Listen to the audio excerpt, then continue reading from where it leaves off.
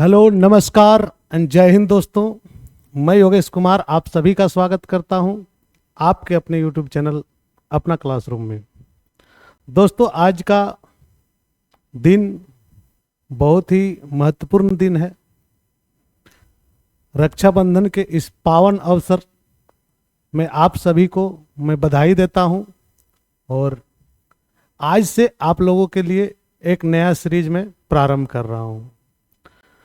आज से जो सामान्य अध्ययन की जो सीरीज है वह प्रारंभ हो रही है ऑफिशियली। इसके पहले के जितने भी वीडियोज आप लोगों ने देखे थे या क्लासेस जो अटेंड किए थे वो ऐसे ही थी, लेकिन यहाँ से आप लोगों को सामान्य अध्ययन की जो क्लासेस है वह रेगुलर वे पे आने लगेगी। और आप लोगों से रिक्वेस्ट है कि जैसे आप लोग खोरठा पर मेहनत किए उसी तरह से आप लोग सामान्य अध्ययन पर भी मेहनत करें। यही मेहनत आपको सभी परीक्षाओं में काम आएगी। झारखंड के जेएसएससी की परीक्षा में जिस प्रकार से आप लोगों ने रीजनल पेपर पर फोकस किया, सामान्य अध्ययन के पेपर में भी उतना ही फोकस की आवश्यकता है। लीड करेगी, कुछ क्वेश्चंस आपको जो है आगे बढ़ाने का काम करेगी। तो सामान्य अध्ययन का यह सीरीज मुख्य रूप से उन सभी विद्यार्थियों के लिए है, उन सभी भाइयों के लिए है, उन सभी बहनों के लिए है जो किसी न किसी कंपटीशन की तैयारी कर रहे हैं। यानी जो भी कैंडिडेट प्रतियोगी परीक्षा के अभ्यर्थी हैं या आने वाले समय में देने वाले हैं, उनके लिए यह सेशन बहुत ही इम्पोर्टेंट है। और आज के इस सेशन में खासियत यह है कि यह रक्षाबंधन के दिन मैं प्रारंभ करने जा रहा हूं और इसके साथ में है कि इससे रिलेटेड जो जितने भी सामान्य अध्ययन के जितने भी सब्जेक्ट्स हैं, सारे सब्जेक्ट्स आपको यहाँ पर फ्री ऑफ कॉस्ट दिए जाएंगे। किसी भी परीक्षा की आप तैयारी कर रहे हो, चाहे वह झारखंड एसएससी की हो, झारखंड जेपीएससी की हो, शिक्षक पात्रता परीक्षा हो, एसएससी की परीक्षा हो, रेलवे की परीक्षा हो या अन्य किसी भी प्रकार के एग्जाम में अगर आप शामिल हो रहे हैं तो आपके लिए यह सेशन महत्वपूर्ण रहेगा। इस सेशन में हम लोग जो टॉपिक वाइज जो करेंगे वो चैप्टर हैं या उस बुक्स की बात करेंगे या वो सब्जेक्ट की बात करेंगे जहां पर आप लोगों की इस प्लेटफॉर्म पे फ्री ऑफ कॉस्ट में जो क्लास मिलेगी वह किन किन सब्जेक्ट्स की होगी ये भी मैं बता देना चाहता हूं। तो सबसे पहले आ जाती है आपके सामने भारतीय इतिहास एवं इसकी संस्कृति। तो इस सेशन में हम लोग देखेंगे भारत के इतिहास के तीनों पार्ट को और साथ साथ में हम लोग देखेंगे भारतीय संस्कृति का जो यहाँ की कला है, यहाँ की संस्कृतियाँ हैं, यहाँ के वास्तुकला है, यहाँ की और अन्य जितने भी जो परीक्षाओं में पूछे जाते हैं उससे संबंधित कंप्लीट कोर्स यहाँ पर हो जाएगी। इसमें हम लोग प्राचीन भारतीय इतिहास, मध्यकालीन भारतीय इतिहास और झारखंड की इतिहास का भी हम लोग चर्चा करेंगे। दोस्तों, यह झारखंड स्पेशल इसलिए है क्योंकि मैं झारखंड से बिलोंग करता हूं और झारखंड की परीक्षाओं में जहां पर झारखंड से संबंधित प्रश्न रहेंगे उन प्रश्नों को भी हम लोग साथ में लेके चलेंगे। वैसे विद्यार्थी जो एसएससी की तैयारी कर रहे हो, रेलवे की तैयारी कर रहे हो, अन्य पीसीएस की जो तैयारी कर रहे हैं, उनके लिए प्राचीन भारत का इतिहास, मध्यकालीन भारत का इतिहास और आधुनिक भारत का इतिहास के साथ साथ में कला और संस्कृति उनके लिए रहेंगी।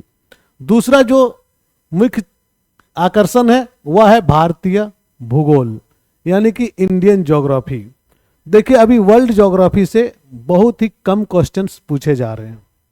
इस कारण से अभी प्रारंभ हम लोग भारतीय भूगोल से ही करेंगे यानी कि इंडियन ज्योग्राफी से करेंगे और इंडियन ज्योग्राफी से हम लोग दोनों ही पार्ट करेंगे, फिजिकल ज्योग्राफी भी और यहाँ की भारत की खनिज संपदा वगैरह जितनी भी टॉपिक्स हैं उन सभी पर भी बात करेंगे हम।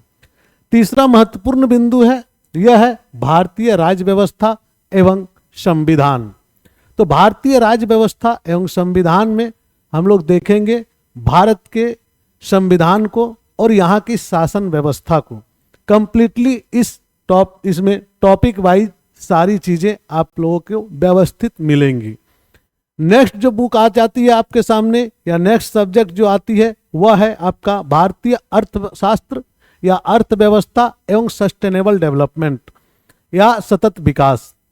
भारत की अर्थव्यवस्था और यहाँ का सतत विकास जो है, सस्टेनेबल डेवलपमेंट जो है, उसको हम लोग करेंगे।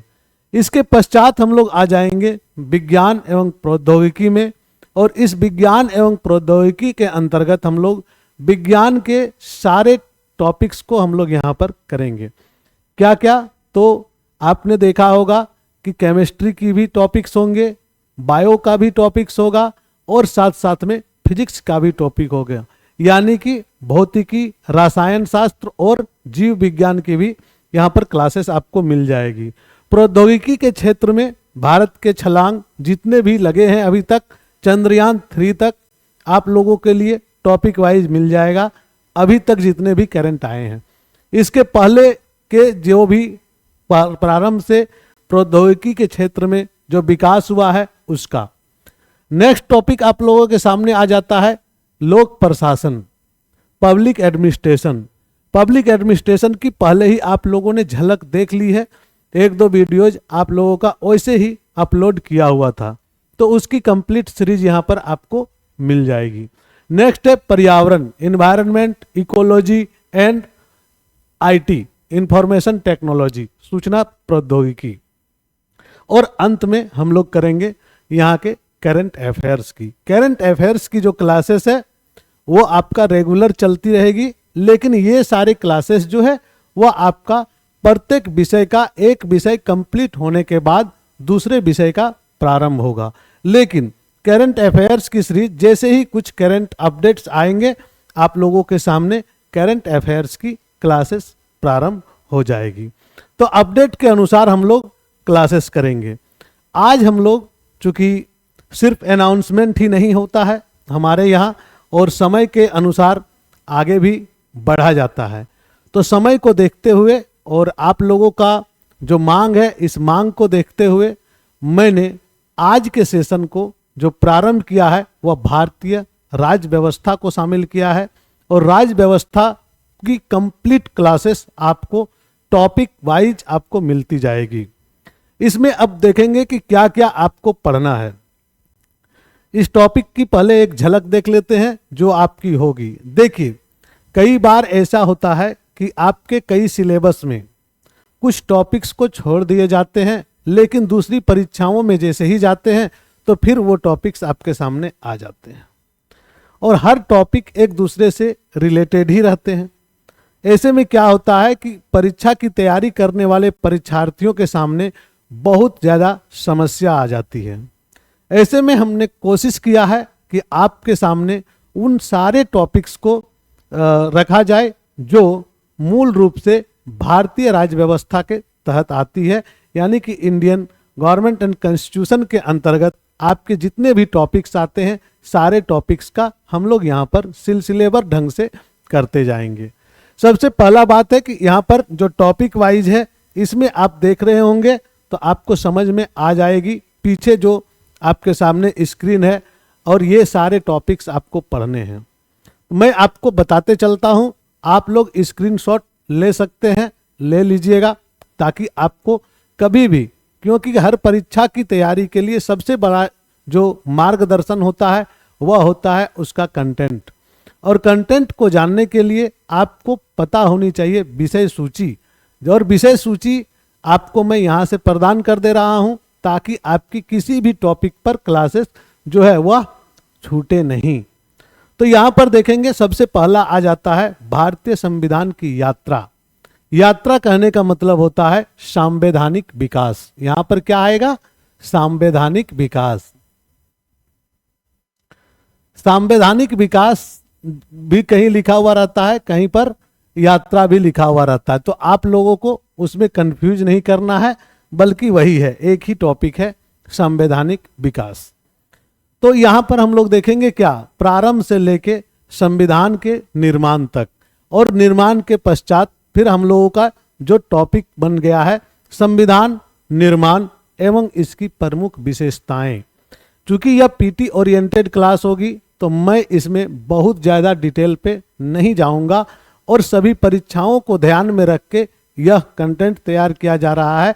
मुख्य परीक्षा के समय आप लोगों को अलग से उसका सेशंस मिलेंगे।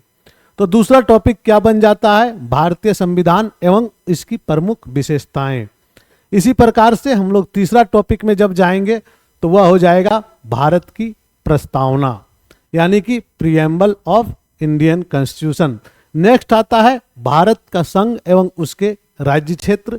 तो हम देखेंगे किस प्रकार से भारत संघ का निर्माण हुआ, कितने इसमें राज्य है, केंद्र शासित प्रदेश है, किसको क्या क्या पावर मिले हुए हैं, किस प्रकार से नए राज्यों का निर्माण होता है, ये सारी चीज़ें यहाँ पर हम लोग देख लेंगे। नेक्स्ट टॉपिक आती है आपके सामने सिटीजनशिप, यानी कि नागरिकता।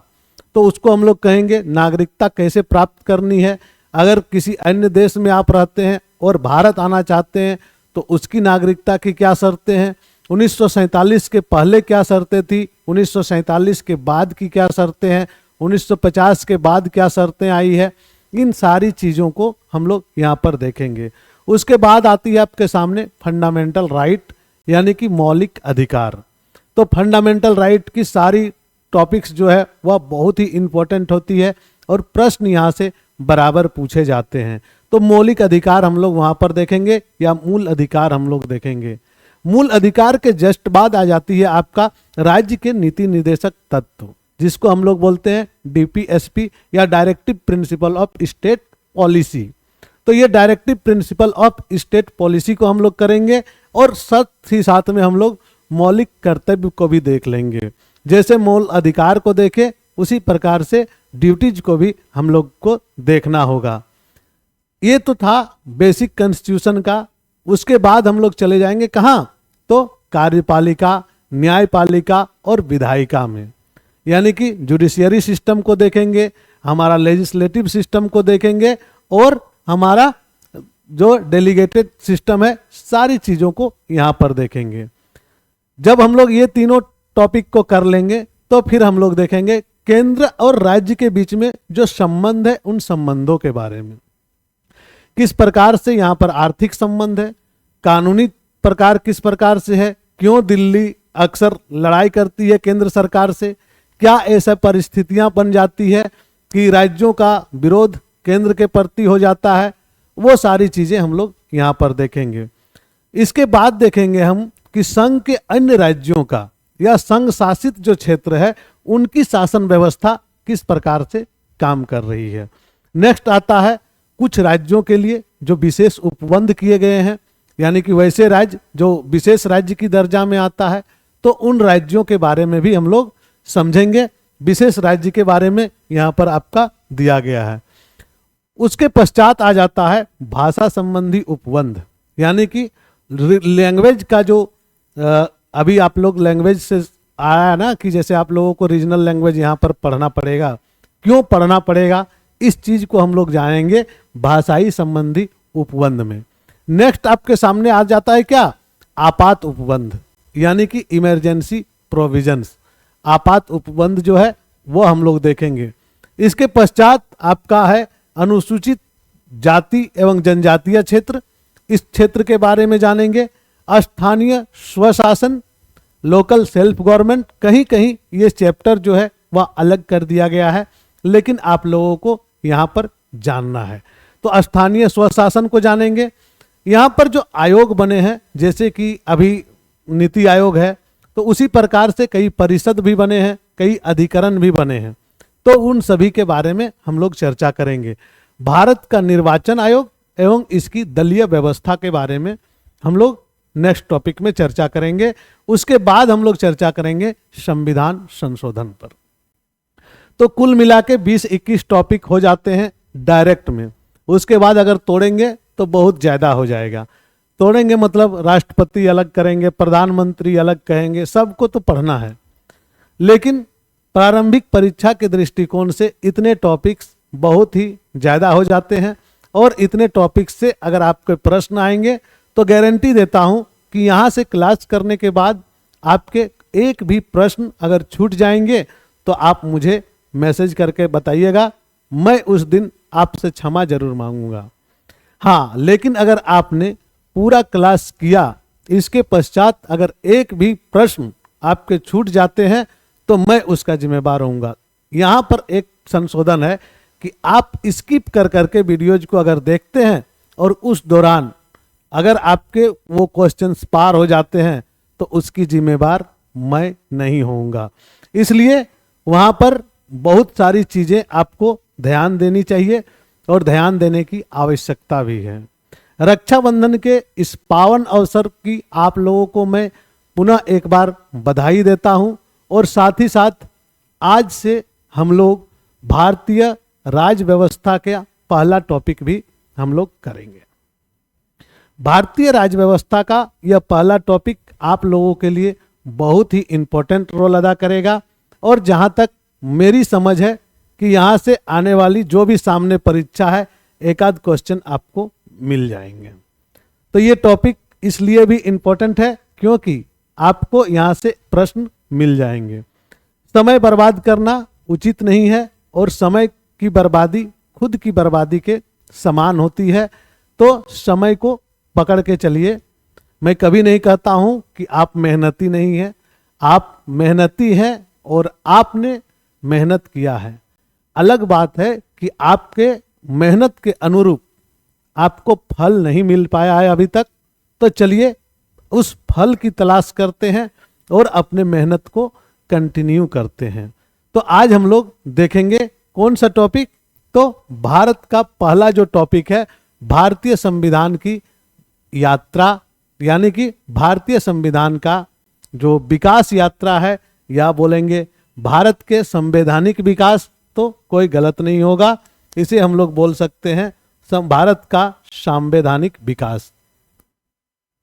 यह एक बार मैं लिख देता हूं फिर से, भारत का संवैधानिक विकास।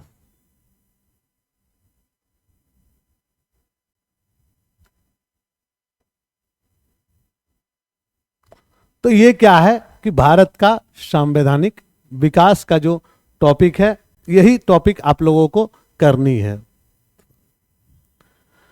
भारत का संवैधानिक विकास में क्या आता है, तो आपने स्क्रीन पर देख लिया होगा। सबसे पहला तो सवाल होता है, संवैधानिक विकास को तब समझेंगे, सबसे पहले यह तो समझ ले कि संविधान है क्या। संविधान क्या है? अगर किसी को यह सवाल पूछ दिया जाए कि भाई साहब संविधान संविधान तो कर रहे हैं, आखिर ये चीज क्या है, किसे कहते हैं हम संविधान, और संविधान है क्या, किस चिड़िया का नाम है संविधान। और इस प्रकार से कोई अनपढ़ जाहिल आपके सामने खड़ा हो जाए या आपकी क्लास लेने लगे कि बताओ तो संविधान क्या है, कॉन्स्टिट्यूशन बात कर रहे हो, कॉन्स्टिट्यूशन है क्या, तो उसको जवाब देने के लिए आपके पास उचित तर्क होने चाहिए। और यह उचित तर्क क्या है, तो ये 2-3 लाइन जो आपके सामने है। संविधान वह दस्तावेज है, संविधान वह वैधानिक दस्तावेज है जिससे शासन के सभी मूलभूत सिद्धांतों का वर्णन है। इसमें क्या है, मूलभूत सिद्धांतों का वर्णन है। शासन के मूलभूत सिद्धांतों का जिसमें वर्णन है उसे हम लोग क्या कहते हैं, संविधान कहते हैं। यानी कि किसी भी देश में उसकी शासन व्यवस्था किस प्रकार से चलेगी या कैसी होगी वहां की शासन पद्धतियां, इसे समझने के लिए हमें किसे देखना पड़ेगा, तो वहां के संविधान को। किसी भी देश या राज्य का शासन अगर समझना है तो समझना पड़ेगा किसका, तो हमें समझना पड़ेगा संविधान को। तो कॉन्स्टिट्यूशन कहने का मतलब है वह दस्तावेज जिससे किसी भी देश की या किसी भी राज्य की शासन व्यवस्था चलती है, वह लिखित दस्तावेज को हम लोग कह सकते हैं। कई जगहों में लिखित नहीं भी है। तो ऐसा कहना थोड़ा सा मिस्टेक हो जाएगा। तो हम बोलते कि लिखित या अलिखित वे दस्तावेज जिससे किसी देश की शासन व्यवस्था संचालित होती है उसे हम क्या कहते हैं? तो उसे हम कहते हैं संविधान। क्लियर है? संविधान का मूल चीज क्या है, उद्देश्य क्या है, क्यों संविधान बनाया, संविधान क्यों आवश्यक है? शासन तो ऐसे ही चलती है। जब हमने चुन दिया सरकार को जब हमने चुन दिया, जब हमने उसको पावर दे दिया, तो हमने विश्वास के साथ न दिया, हमने एक विश्वास के साथ उनको पावर दिया ना कि भाई साहब मैं आपको चुन रहा हूं, आप जाओ और हम पर राज्य करो और जी भर के घोटाले करो, अपनी जो है क्षमता के अनुसार करो, या तो फिर ईडी के द्वारा जब प्रताड़ित हो तो बताओ, लेकिन घोटाला करो। क्या इस यही है? ये तो मूल सिद्धांत नहीं है। मूल सिद्धांत के अनुसार शासन को चलाने के लिए हम लोगों ने जनता के प्रतिनिधि को चुना है, यानी कि ऐसा कोई भी हक उन्हें नहीं दिया है जो कि भारतीय संविधान के अनुरूप न हो। वे कोई काम ऐसा नहीं कर सकते हैं जो संविधान के अनुरूप न हो, और अगर ऐसा करते हैं और अगर पकड़े जाते हैं तो उन्हें भी संविधान के अनुरूप जो आईपीसी है, हमारा सीआरपीसी है, उसके अनुरूप क्या होगा, उसे भी सजा का प्रावधान किया गया। तो मूल रूप से संविधान का जो लक्ष्य है वह है क्या कि आदर्शों का जो समावेशन है, उन आदर्शों के साथ आपको शासन या सत्ता चलाना है। तो यहां पर कहते हैं कि संविधान से शासन के मूलभूत आदर्शों का संकेत मिलता है, यानी कि वे मूलभूत आदर्श जो है उसका संकेत मिलता है। और यह भी स्पष्ट होता है यहां पर, और यह भी स्पष्ट हो जाता है कि सरकार, जो चुनी हुई सरकार है हमारी, वह किस वे में काम करेगी, किस रास्ते पे वो काम करेगी, उसका मोटो क्या होगा, उसका विजन क्या होगा, ये सारी चीजें जिस आदर्श के साथ में संविधान में सम्मिलित की गई है, वही दस्तावेज को हम क्या कहते हैं, उसी बुक को, उसी रूपरेखा को, या उसी लाइन को, या उसी दस्तावेज को हम लोग क्या कहेंगे, संविधान कहेंगे। तो संविधान आदर्शों का है। यह बताता है कि सरकार के विभिन्न अंग, जो सरकार के विभिन्न अंग हैं, वह अंग किस अनुरूप काम करेंगे। तो सभी चीजें हैं। और जैसा कि आप लोग सभी को जानते हैं कि भारत राज्यों का संघ है, और राज्यों का संघ कहने का मतलब एक चीज भी होता है कि पावर जो है वह केंद्र के पास ज्यादा होती है। तो पावर के बीच में संतुलन बनाने का भी आदेश कौन देता है, निर्देश कौन देता है, संविधान ही देता है। तो संविधान का संबंध देश, यानी कि जिस देश का या जिस देश का संविधान है, ऐसे कह सकते हैं, संविधान से संबंधित देश नागरिकों के लिए अधिकार भी सुनिश्चित करता है और कर्तव्य भी सुनिश्चित करता है। यहाँ पर विधि भी बनाए जा सकते हैं, फंडामेंटल लॉ भी बनाए जा सकते हैं, और जनता के विश्वास के लिए वेलफेयर स्कीम भी होती है। तो संविधान कहने का मतलब है वे सारे दस्तावेज जो भारत को एक अखंड, एक लोक कल्याणकारी, एक विधि स्थापित जो राज्य के रूप में प्रतिष्ठित करता है या प्रतिस्थापित करता है, ये है हमारा संविधान। तो संविधान के सेक्शन में आप लोगों ने देखा कि संविधान किसे कहते हैं। अब हम लोग देखेंगे कि संविधान, जो हमारा संविधान की या संवैधानिक विकास की जो यात्रा है, यह यात्रा किस प्रकार से आगे बढ़ी और कहां से हम लोग संविधान को निर्माण किए। बहुत ही आसानी से लोग आसान भाषा में एक चीज बोलते हुए आप लोग सुने होंगे, अरे भारत का संविधान क्या है, कॉपी और पेस्ट है। कहीं से उठा लिए हैं और हम अपने संविधान में शामिल कर लिए।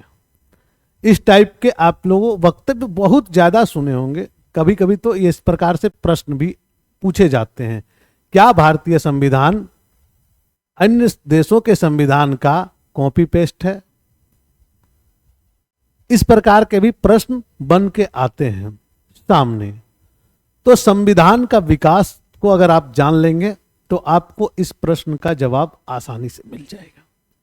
अब संवैधानिक विकास को जानने के लिए हमें 1947 के पहले और 1947 से 1950 तक के बीच की जो घटनाएं हैं उन घटनाओं को जानना होगा।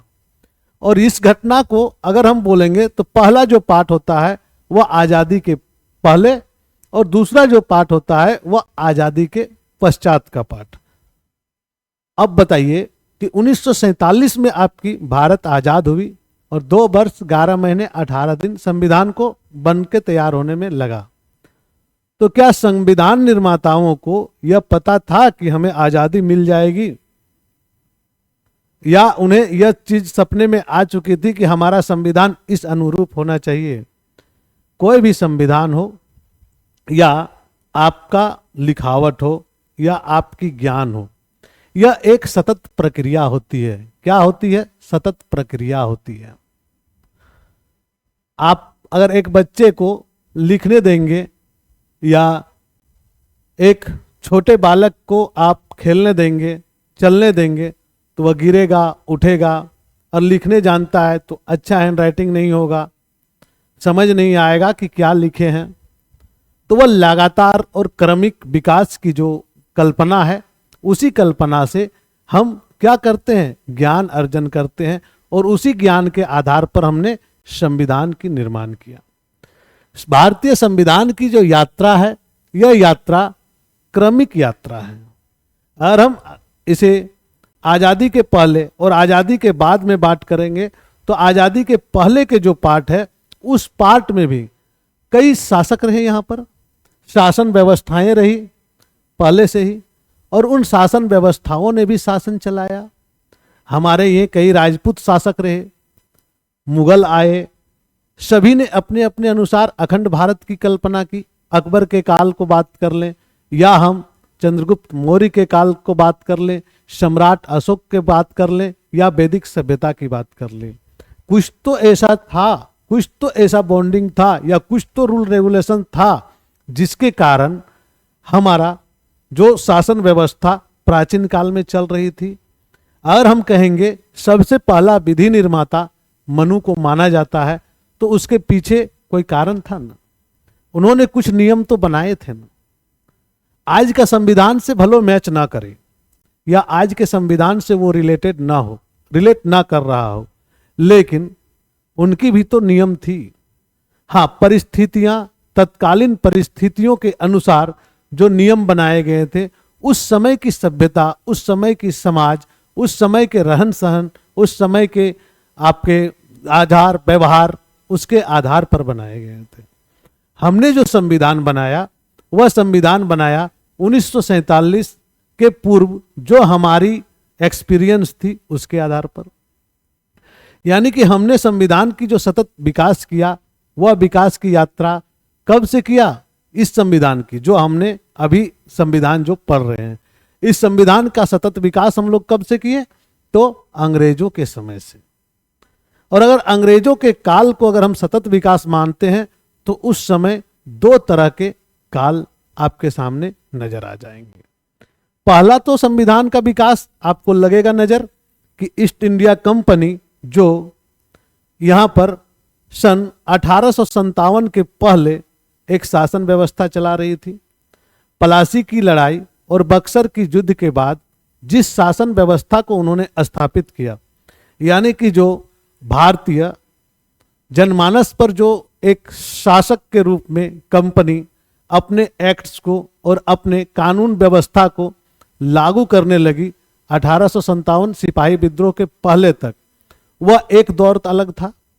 और 1857 के बाद जस्ट 1858 में जो सिपाही विद्रोह हुआ उसको अंग्रेजों ने कुचला।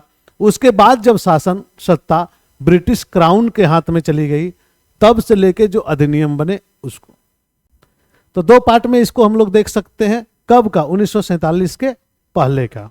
उसके बाद हम लोग संविधान का, और जब हमारे संविधान का बारी आएगी, जब 1947 के बाद की बारी आएगी, तो उसको हम लोग फिर से एक नजरिए से देखेंगे।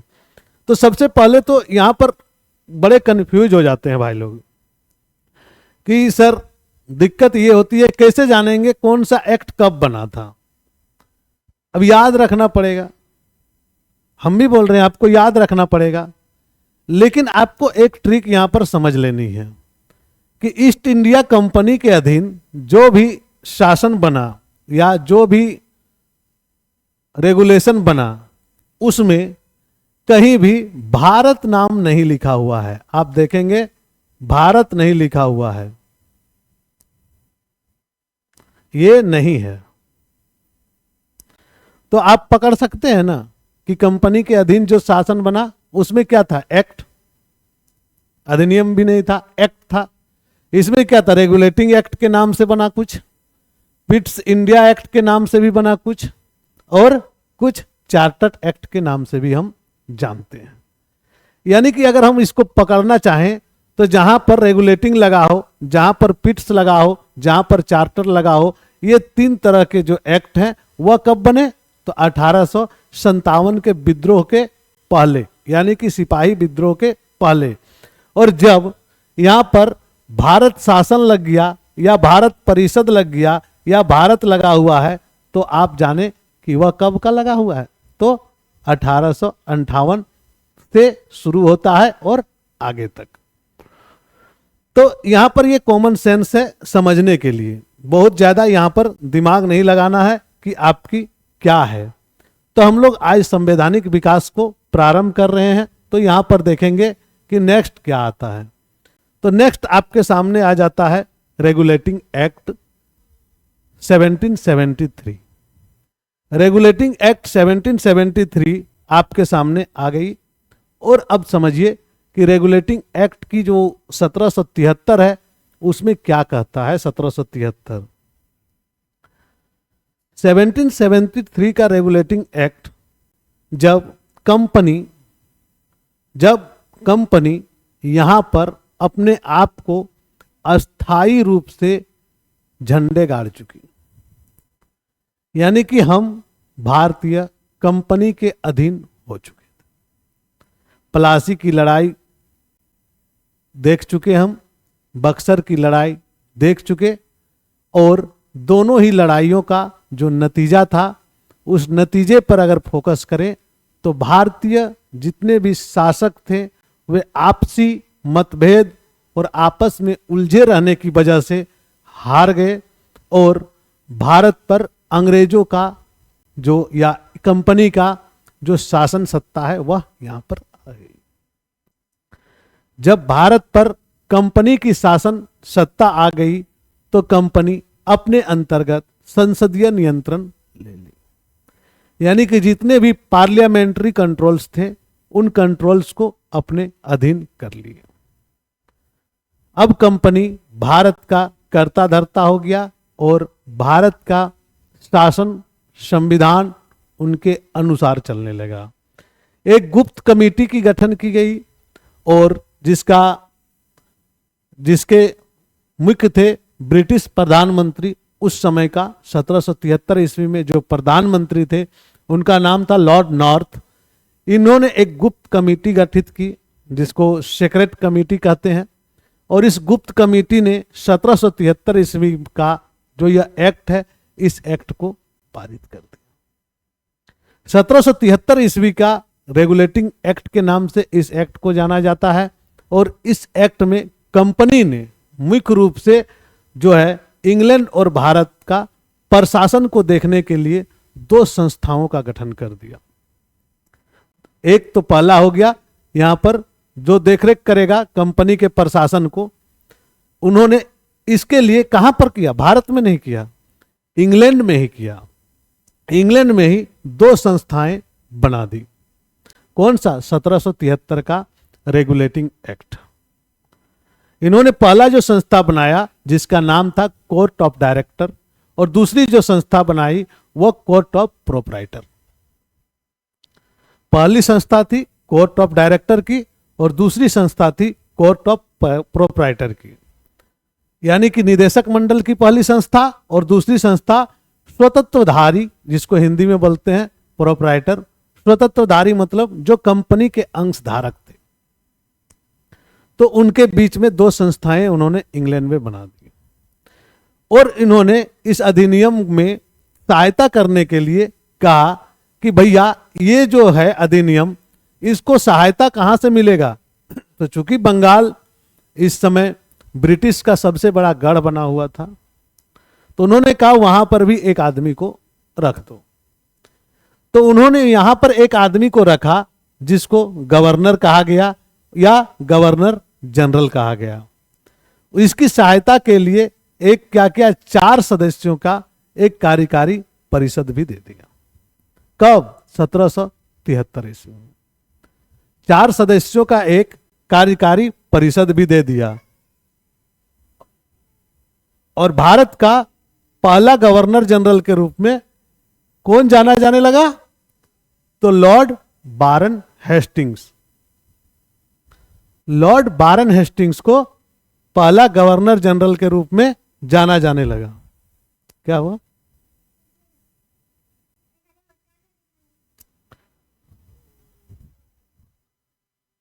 तो इस प्रकार से क्या किया, 4 सदस्यों की एक टीम बना दी गई और टीम के साथ में दे दिया एक गवर्नर जनरल।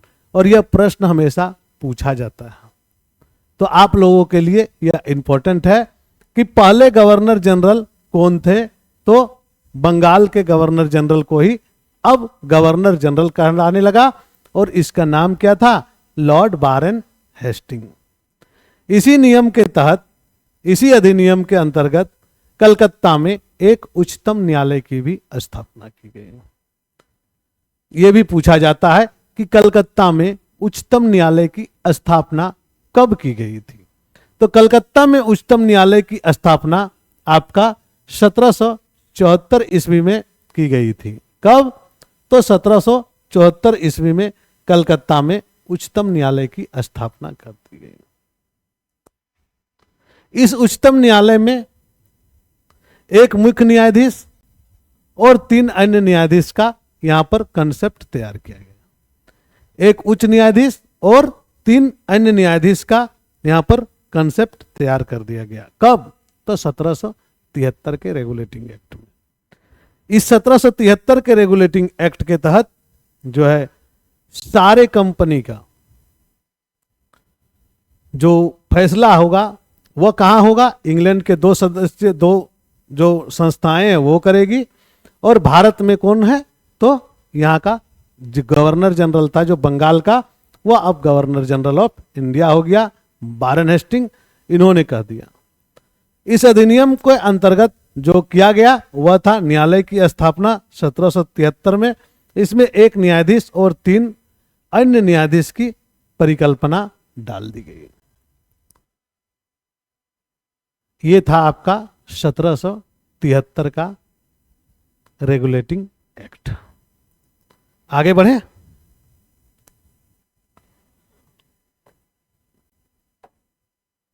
सत्रह सौ 1773 का रेगुलेटिंग एक्ट जो है, इस एक्ट के बाद हमारे सामने आ जाता है 1784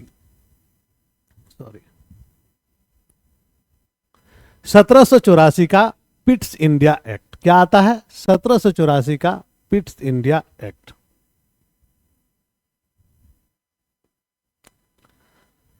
ये जो है 1784 का पिट्स इंडिया एक्ट, यह इसे कहते हैं हम ब्रिटिश स्वामित्व का पहला दस्तावेज। क्या कहते हैं इसे? ब्रिटिश स्वामित्व का पहला दस्तावेज 1784 का पिट्स इंडिया एक्ट। क्यों कहते हैं? क्योंकि यहां पर 1784 का जो पिट्स इंडिया एक्ट है, इसमें व्यापारिक और राजनीतिक, व्यापार और राजनीति दोनों को अलग कर दिया गया। कौन? इंग्लैंड की सरकार द्वारा। उन्होंने कहा कि राजनीतिक क्रियाकलाप जो है, जिसमें सैनिक, असैनिक, राजस्व संबंधी, इसका नियंत्रण एवं पर्यवेक्षण हेतु इंग्लैंड में एक 6 सदस्य नियंत्रक मंडल करेगा, जिसको बोर्ड ऑफ कंट्रोल कहते हैं। क्या कहा इन्होंने कि यहां पर जितने भी राजस्व रेवेन्यू सर्व है, या यहां जो आपका सैनिक का बहाली होगी, या यहां पर जो सैनिक रहेंगे, या यहां पर जितने भी प्रशासनिक पद है, असैनिक पद मतलब प्रशासनिक पद, बीडीओ, सीओ, डीसी सारे, तो असैनिक और सैनिक दोनों ही पद का नियंत्रण और पर्यवेक्षण अब कौन करेगा? तो इंग्लैंड में एक 6 सदस्य जो नियंत्रक मंडल होगा वो करेगा। और इस 6 सदस्य नियंत्रक मंडल में एक जो था वह था चांसलर ऑफ एक्सचेकर, चांसलर लिखते हैं, चांसलर एक। इसके बाद कौन है? राज्य सचिव एक, राज्य सचिव होंगे एक, 2 हो गए। और उसके बाद 4 जो है वह प्रीवी काउंसिल के होंगे, प्रीवी काउंसिल से होंगे।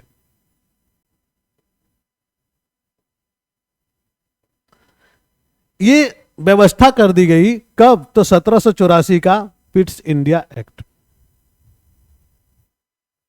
कि भाई साहब अब जो है ना व्यापार को अलग करो और व्यवस्था को अलग करो। कहा इनका जो नियुक्ति है, इन लोगों का जो नियुक्ति होगी, जो 6 सदस्यीय जो समिति है या 6 सदस्यीय जो मंडल है बोर्ड ऑफ कंट्रोल का, इसकी जो नियुक्ति होगी और इसका जो पदच्युति होगी, यानी कि नियुक्ति और उसका हटाने की प्रक्रिया, जो सेवा मुक्त जिसको बोलते हैं, यह दोनों ही प्रक्रिया में सम्राट का हस्तक्षेप होगा। यानी कि ब्रिटिश क्राउन इस पर निर्णय लेगी कि किसे रखना है और किसे नहीं रखना है। साथ ही जो गवर्नर जनरल का जो परिषद था, उस परिषद की संख्या जो है 4 से कम करके 3 कर दिया गया, वहां से 1 को कम कर दिया गया। और इस परिषद को भारत में प्रशासन जैसे सैन्य शक्ति, युद्ध संधि, राजस्व एवं देशी रियासतों आदि के अधीक्षण की शक्ति भी प्रदान कर दी गई। एक तो घटा दिया गया, एक को घटाया, और उसके बाद उनको क्या किया? अलग अलग रूप में परिभाषित कर दिया। नेक्स्ट आता है आपके सामने 1786, 1786 का पिट्स इंडिया एक्ट। देखिए बहुत ही आसान भाषा में पढ़िए, और कांटेक्ट नंबर जैसे कि दिया हुआ है, अगर आपको सूचनाएं चाहिए कि क्लासेस कब होंगी, कैसे होंगी, और लिंक्स अगर आपको चाहिए तो इस नंबर पर मैसेज कर सकते हैं। अदरवाइज जो डिस्क्रिप्शन में आपको ग्रुप लिंक दिया हुआ है, उस लिंक के साथ आप ज्वाइन कर सकते हैं। तो 1786 का जो पिट्स इंडिया एक्ट था, इस इंडिया एक्ट में या इस अधिनियम में सबसे पहले क्या किया गया कि जो गवर्नर जनरल की जो विशेष परिस्थिति में इसको परिषद के अधीन निर्णय जो था उसको निरस्त करने का अधिकार दे दिया, और उन्हें खुद ही निर्णय लेने का अधिकार भी दे दिया। कारण क्या था कि गवर्नर जनरल चूंकि भारत में थे और परिस्थितियां जो उत्पन्न हो रही थी वह भारत में उत्पन्न हो रही थी। निर्णय लेने के लिए कहां जाना पड़ रहा था? तो इंग्लैंड, और इसे निर्णय लेने में बहुत समय लग रहा था, समय लग जा रहा था। ये जो समय लग रहा था, इस समय से बचने के लिए इन्होंने क्या कहा कि छोड़ दीजिए, अब परिषद के जो निर्णय है उसको निरस्त करने का निर्णय जो है वह अभी गवर्नर जनरल और जिसको प्रदान कर दिया जाए। यानी कि फिर से गवर्नर जनरल की शक्तियों में इजाफा हो गया, फिर से गवर्नर जनरल को शक्ति प्रदान कर दी गई। ये दोनों अधिकार सर्वप्रथम जिसे मिला वह था लॉर्ड कॉर्नवालिस। लॉर्ड कॉर्नवालिस को सबसे पहले यह अधिकार मिला।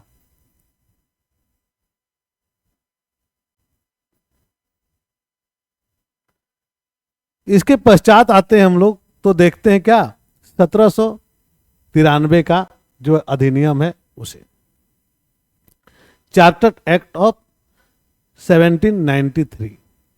इस अधिनियम में कंपनी ने जिन अधिकारों की बात की थी उन अधिकारों को कहा कि अगले 20 वर्षों तक ये अधिकार ऐसे ही रहेंगे, यथा स्थिति में रहेंगे। इन अधिकारों का हम कुछ नहीं करेंगे, बल्कि जैसे है एज इट इज रहेगा। यानी कि 20 सालों तक इसे बढ़ा दिया गया। नियंत्रक मंडल के सदस्यों को अब यहां से क्या करने लगा, भारतीय राजस्व से वेतन भी मिलने लगा। ब्रिटिश भारतीय क्षेत्र में लिखित विधियों की यहां पर नींव रखी गई, या लिखा हुआ संविधान बोल सकते हैं। यहां कानून और विनियम के नियम स्थापित कर दिए गए और यहां के न्यायालय को यह शक्ति प्रदान कर दी गई, व्याख्या करने की शक्ति प्रदान कर दी गई जो लिखित नियम थे। तो कुल मिला के इस अधिनियम में 20 वर्षों के लिए, जो चार्टर एक्ट है 20 वर्षों के लिए बढ़ाया गया। और दूसरा है भारतीय राजस्व से ही वेतन की व्यवस्था की गई और विधि के प्रशासन को यहां पर इजाफा कर दिया गया। कैसा लग रहा है कमेंट करके जरूर बताएंगे आप लोग। नेक्स्ट आता है चार्टर 1813। चार्टर एक्ट 1813 में भारत में कंपनी के व्यापारिक एकाधिकार को समाप्त कर दिया।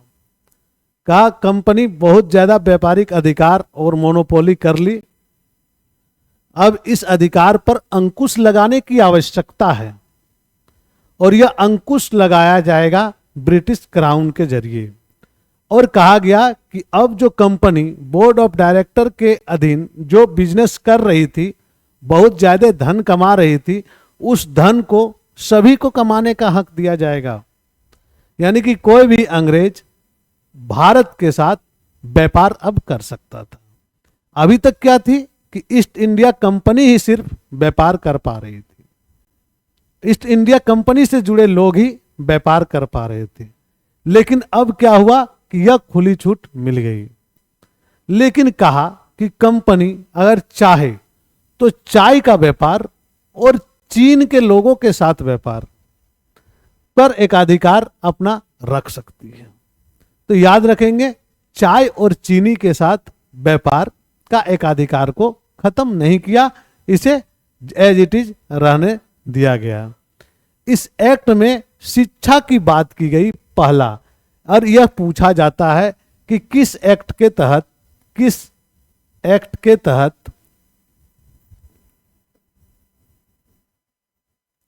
भारत में पहली बार शिक्षा की बात की गई या अंग्रेजों ने शिक्षा पर बजट अलॉट किया। तो यह कौन सा है, तो 1813 का अधिनियम। 1813 का अधिनियम में वार्षिक धनराशि की भी व्यवस्था कर दी गई और व्यय का प्रावधान भी किया गया। साथ ही साथ एक और बहुत ही बड़ी है, जो ईसाई धर्म का प्रचारक था और यह मिशनरियों का लिए भी रास्ता खोल दिया। कहा कि जाओ और तुम ईसाई धर्म का प्रचार अब भारत में करो। यानी कि जितने भी चर्च देख रहे हैं, एंग्लिकन हो, आर्क बिशप चर्च हो, जितने भी चर्च आप देख रहे हैं, ये सारे चर्च का कंसेप्ट, ईसाई मिशनरियों का कंसेप्ट जो भारत में आया, वह आया कब, तो 1813 के चार्टर एक्ट के बाद। 1813 के चार्टर एक्ट के बाद आया।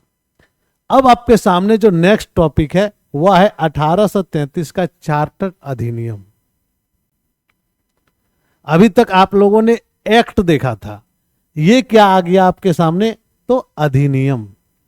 अधिनियम और एक्ट में बहुत ही माइनर सा बोल सकते हैं कि डिफरेंस है, लेकिन बहुत बड़ा रोल अदा करता है। यहां पर कुछ चीजें जो है वो आपको जाननी होगी और कुछ चीजों को आपको समझनी होगी। ब्रिटिश अब तो चूंकि केंद्रीयकरण कर लिया था भारत की सत्ता में, क्योंकि कंपनी के जितने भी नुमाइंदे थे उन लोगों पर अंकुश लगा दिया था 1813 में ही। 20 साल के बाद 1833 ईस्वी में उन्होंने क्या किया, भारत पर और ज्यादा केंद्रीयकरण करने की योजना बना डाली, सिंक्रोनाइज करने की। बोला नहीं, इस तो वैसे कैसे होगा, तो कहा इसके लिए एक अधिनियम बनाया जाए, और इस कारण से एक्ट जो है वह अधिनियम में परिवर्तित हो गया। इन्होंने कहा कि भारत का जो गवर्नर जनरल है, इसको सिर्फ भारत का गवर्नर, बंगाल का जो गवर्नर जनरल है, जो बंगाल का जो गवर्नर जनरल है, इसे सिर्फ बंगाल तक ही क्यों सीमित रखा जाए, इसे भारत का गवर्नर जनरल बनाया जाए। और इस प्रकार पहला भारत का गवर्नर जनरल जो बना 1833 ईस्वी के चार्टर्ड अधिनियम के अंतर्गत, उनका नाम क्या था? लॉर्ड विलियम बेंटिक, पहला गवर्नर जनरल बन के आया भारत का। यहां पर एक और चीज हुई जो कि इंपॉर्टेंट है। जो सिविल सेवकों की जो परीक्षा थी, उस परीक्षा में अभी तक भारत में नहीं हो रही थी। इसको खुली परीक्षा के माध्यम से कहा गया कि अब यहां पर सिविल सेवकों की जो नियुक्ति होगी वह खुली परीक्षा के माध्यम से होगी। इसी दौरान विधि आयोग का भी गठन किया गया सन 1834 ईस्वी में, लॉर्ड मैकाले की अध्यक्षता में 4 सदस्य विधि आयोग की गठन। इसमें 4 सदस्य थे, 4 सदस्य एक विधि आयोग की गठन की गई। किसकी अध्यक्षता में? तो लॉर्ड मैकाले की अध्यक्षता में सन 1834 ईस्वी में। और इसी को आगे बढ़ाते हुए एक और सिस्टम था जो इमेज में देख रहे होंगे, स्लैब सिस्टम, यानी कि दास प्रथा। 1843 में इस प्रथा को भी अंग्रेजों ने समाप्त कर दिया। 1843 में इस प्रथा को इन्होंने क्या किया? खत्म कर दिया। कहा कि नहीं, अब दास प्रथा नहीं चलेगी, दास प्रथा बंद होगी। 1843 में उन्होंने दास प्रथा को भी खत्म कर दी। तो इस प्रकार से आप लोग देखें कि जो 1833 का अधिनियम है, वेरी वेरी इंपॉर्टेंट अधिनियम है। यहां पर कई तरह के काम हुए। वैसे सारे अधिनियम तो अच्छे हैं, जो आप लोगों के परीक्षा के दृष्टिकोण से, अंग्रेजों की इंडियन की दृष्टिकोण से मैं नहीं बोल रहा हूं, परीक्षा के दृष्टिकोण से सारे अधिनियम आपके लिए हैं। लेकिन यह जो अधिनियम है 1833 का अधिनियम, इसमें बहुत सारे क्वेश्चंस बन जाते हैं। विधि आयोग का गठन, विधि आयोग के अध्यक्ष कौन थे, इसके सदस्य कितने थे, इस प्रकार के कई प्रश्न आपके सामने बन जाते हैं। तो ब्रिटिश भारत में जो है यह केंद्रीयकरण की भी दिशा थी, तो इस कारण से यह बहुत ही इंपॉर्टेंट टॉपिक है। नेक्स्ट अगर हम लोग देखेंगे, नेक्स्ट स्लाइड में आपके सामने आ रहा है कौन सा? तो 1853 का चार्टर अधिनियम। यहां से अब अधिनियम लिखना चालू हो गया। इसमें क्या किया गया? 1853 का जो चार्टर अधिनियम है, इस चार्टर अधिनियम के तहत क्या किया गया कि बंगाल का जो शासन था या जो प्रशासनिक कार्य था, इसके लिए लेफ्टिनेंट गवर्नर का नियुक्ति कर दिया गया। अभी कहां है लेफ्टिनेंट गवर्नर? दिल्ली में। लगभग केंद्र शासित प्रदेशों में लेफ्टिनेंट गवर्नर का कंसेप्ट अभी भी है। तो बंगाल में प्रशासनिक कार्यों के लिए क्या किया गया? एक लेफ्टिनेंट गवर्नर का, यहां पर देखिए, एक पृथक लेफ्टिनेंट गवर्नर का नियुक्ति कर दिया गया। और साथ में विधि सदस्य जितने भी थे, वह गवर्नर जनरल का परिषद का पूर्ण सदस्यता उन्हें दिया। जितने भी विधि से रिलेटेड थे उनको क्या किया गया? पूर्ण दिया गया। अब तो चूंकि सिविल सेवकों की परीक्षा हम लोगों ने देख लिया इसके पहले 1833 में, कहा नहीं, अब कर्मचारियों की भी जो बहाली होगी वह भी सीधी नियुक्ति प्रतियोगी परीक्षा से ही होगी, और आज भी हम लोग का हो रहा है। तो 1853 से नियुक्ति के लिए कर्मचारियों की, कंपनी में कर्मचारियों की सीधी भर्ती के लिए भी क्या? प्रतियोगिता परीक्षा, और 12 सदस्यीय विधान परिषद का भी इन्होंने गठन कर दिया। कब? तो 1853 का। ये जो 12 सदस्य थे, इसमें से 4 सदस्य जो थे, 4 सदस्य, इसका क्या कहा उन्होंने? चुनाव होगा। और चुनाव कहां से होगा? तो बंगाल, मद्रास, बंबई और आगरा से। यहां की जो प्रांतीय सरकार है ये चुनेंगी इन 4 सदस्यों को। 12 में से 8 उनके और 4 जो है गवर्नर जनरल के। 12 सदस्य विधान परिषद का था। 6 जो सदस्यों में 4 का चुनाव बोला होगा और 2 सदस्य जो है 12 नहीं 2 सदस्य जो है वह सदस्य क्या रहेगा, गवर्नर जनरल के सदस्य रहेंगे। तो इस प्रकार से 12 सदस्यों का चुनाव उन्होंने कर दिया। यह है यहाँ की सबसे बड़ी जो घोषणा है, यानी कि ब्रिटिश क्राउन के पहले की। ये घोषणा आप देख रहे हैं 1853 तक की, 1853। इसके पश्चात हो जाती है सिपाही विद्रोह, जिसे हम लोग जानते हैं first revolt of Indian freedom.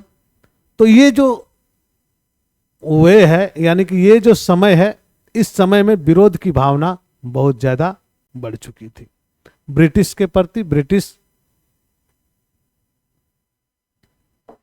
Company के प्रति। तो ईस्ट इंडिया कंपनी के अंतर्गत अभी तक हम लोगों ने शासन सत्ता को देखा। अब हम लोग देखेंगे किसको, ब्रिटिश क्राउन के अंतर्गत शासन की झलक, संवैधानिक विकास। तो 1857 में, चूंकि आप लोग जानते हैं कि सिपाही विद्रोह हुआ था और इस सिपाही विद्रोह से बहुत कुछ उन लोगों ने सीखा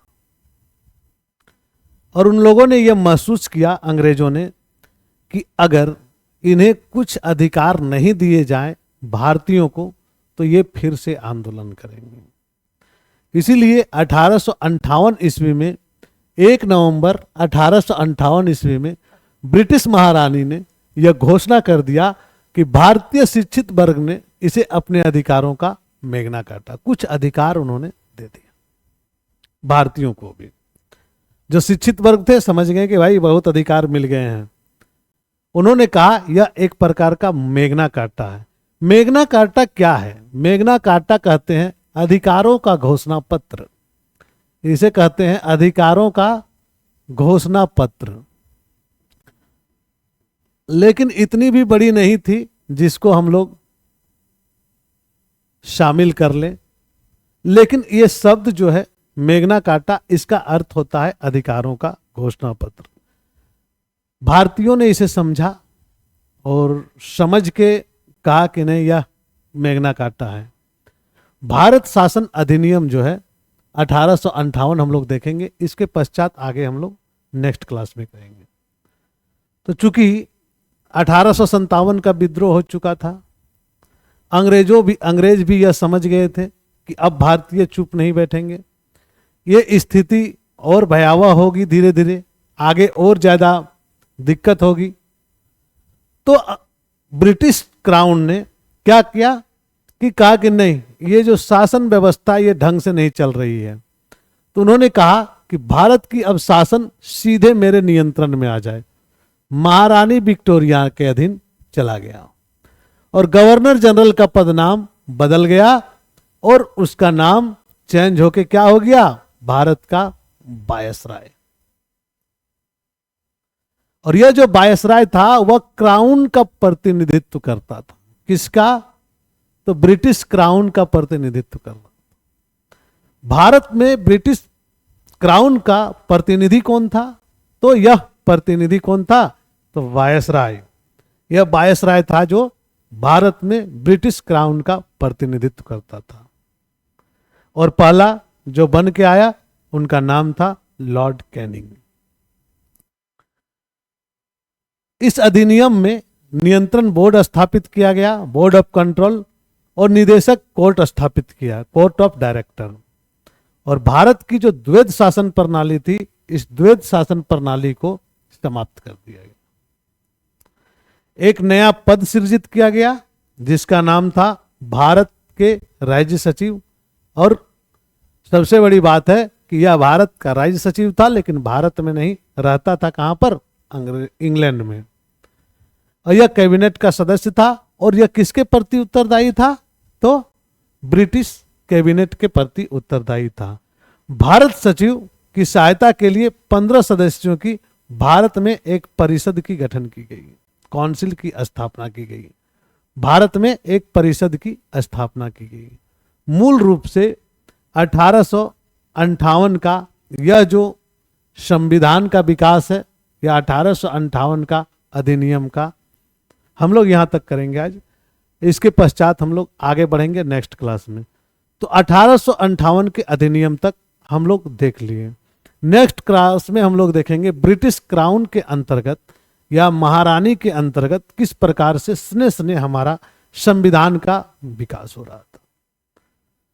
आशा करता हूं आप लोगों को क्लासेस अच्छी लगेगी, और अगर अच्छी लग रही है तो कमेंट जरूर करें और शेयर जरूर करें। आपका कमेंट हमें एनर्जी देती है, तो कमेंट अवश्य करें। तब तक के लिए जय हिंद। मिलते हैं नेक्स्ट सेशन में। जय भारत।